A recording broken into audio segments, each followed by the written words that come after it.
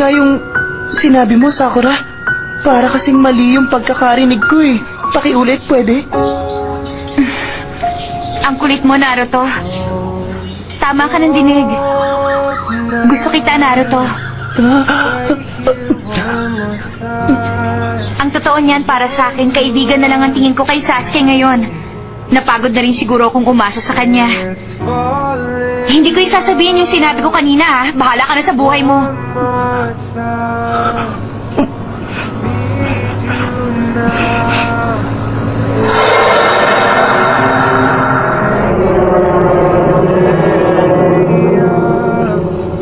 Bakit mo ba ito sinasabi? Hindi ko maintindihan. Hindi ito ang tamang oras para maglokohan tayo ng ganito. Malaki ang problema ng Konoha, Sakura. Ano ba talaga nangyayari? Totoo ang sinabi ko sa'yo. Ngayon, nagising na ako sa katotohanan, Naruto. Masasayang lang sa rebuilding ninja ang nararamdaman ko. Wala nang kwentang mahalin ko pa siya. Naisip ko na hindi na ako bata ngayon. Haharapin ko na ang katotohanan. Ipangako mo, Naruto. Kalilimutan mo na yung pangakong binitiwan mo sa akin noon. Kaya, hindi mo na kailangang habulin si Sasuke para sa pangakong yon. Ano bang kalokohan itong... Bihira, ito na ba yung plano niya?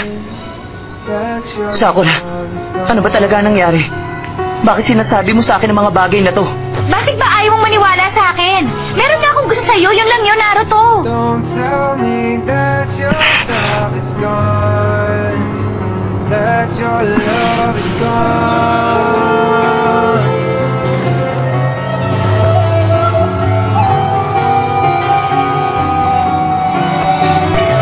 Pero ikaw, Naruto, alam kong kahit kailan hindi mo ako iiwang mag-isa.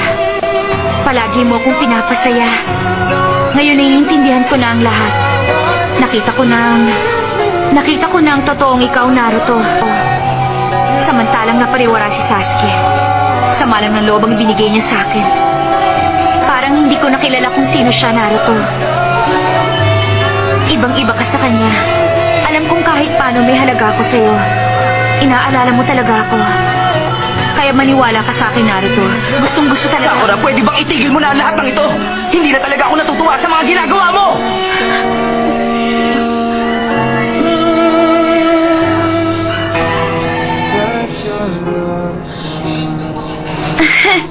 Teka, ano bang ginagagalit mo? Sinasabi ko lang naman ikaw ang gusto ko, hindi na si Sasuke. Meron bang masama doon?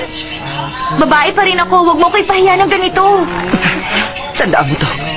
Ayokong ayoko sa mga taong hindi totoo sa nararamdaman nila.